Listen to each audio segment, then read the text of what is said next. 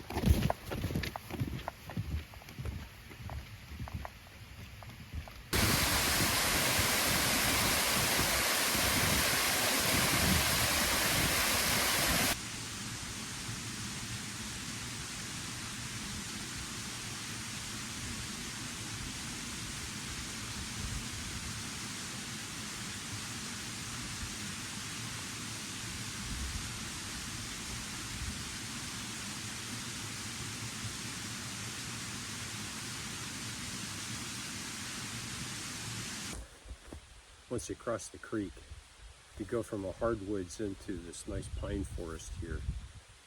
It's very pretty in here. The trail will go down, double back, and come back over this creek.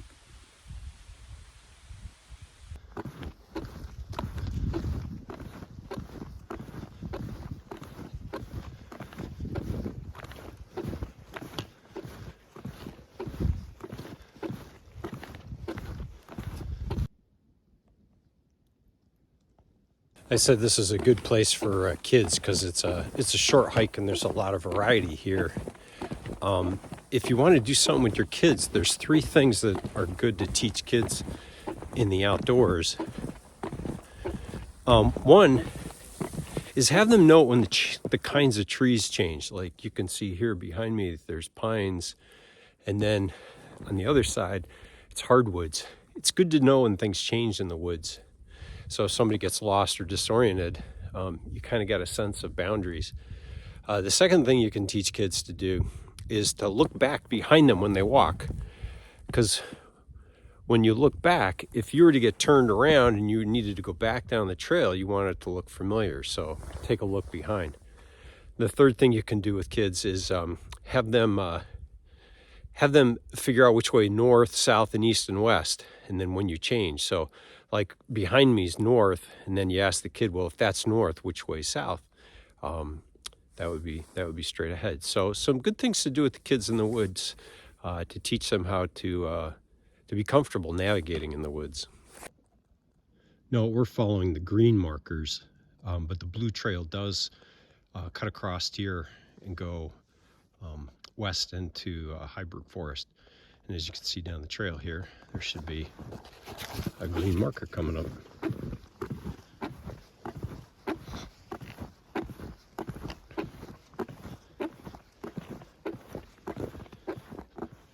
That's the trail.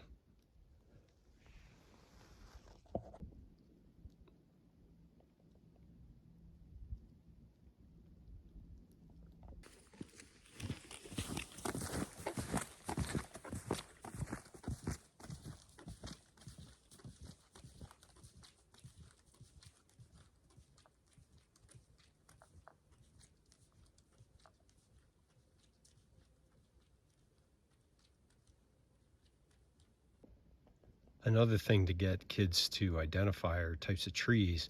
This always seems to be a favorite, a birch tree with its curly bark. Tell them about the curly bark. It can be used to start fires. And then as you hike along the trail, ask them to see if they can find another birch tree.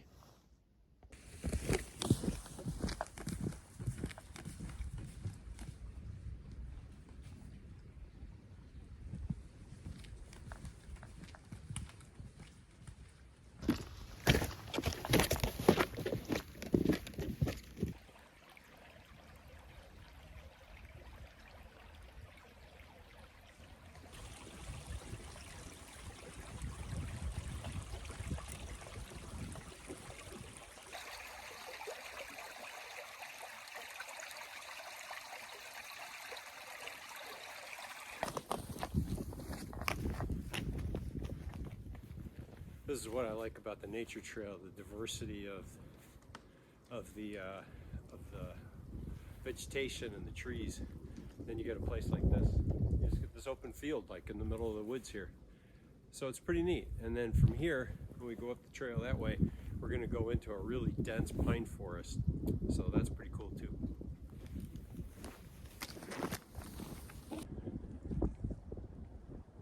Pretty dramatic change from hardwoods on the right to the dense pine forest on the left here.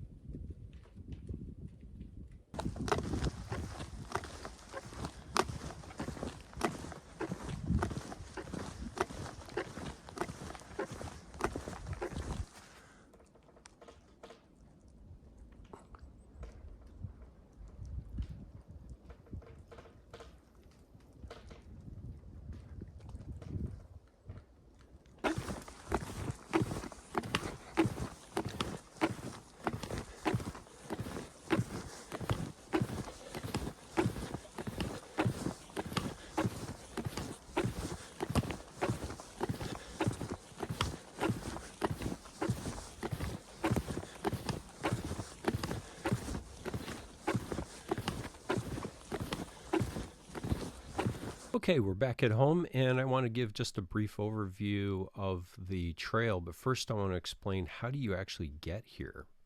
So this is south of Tully, so we're going to go over to Route 81. So if you're coming down Route 81, you get off at the Tully exit, and you're going to go into town, and then when you get into town, you're going to take a right at the traffic light. Go down to State Street. You're going to take a left on Onondaga Street. And then what you're looking for is on your right, that'll be Grove Street right here. So Grove Street will cross railroad tracks. You'll see the train station here on the right. Just a tip, there's also a very good coffee shop. It's the Bloom and Cup down here on Main Street. So when you're done, go get yourself a cup of coffee. So you're going to go Grove Street, and that's going to take you out Truxton Road. Truxton Road will make a big turn, go up a long hill here.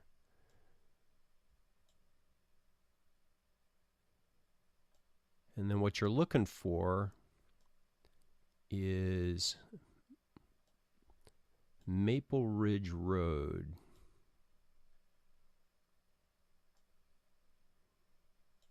And so it'll come off to the right, you'll go down in a little valley, come up, hook around, and then you'll come to the parking area here. There's a bunch of trails around this area. If you go across the street, there's the Blue Trail that continues on to other adventures. We're going to focus on the nature trail here. So once you park, there's no facilities there. It's just parking. The area opens up at sunrise and closes at sunset.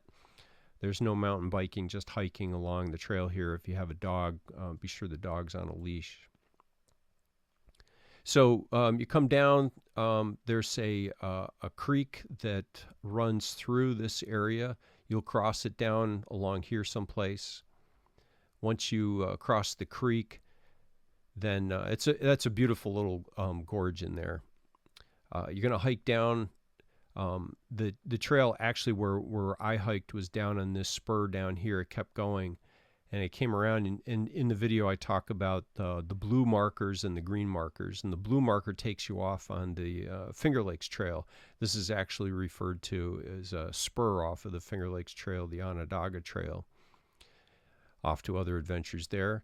So we just kept going around. We recrossed the stream over in this area. And then there was that field that I talked about. Wonderful variation in the vegetation here. So you're going to go from hardwoods to a field and then into a really pretty dense pine forest in here Once you get around through the pine forest, you'll actually come out over here. You'll come to this intersection and then cut down along the edge of the field there, cross a little bridge here, and then you're back to the parking area.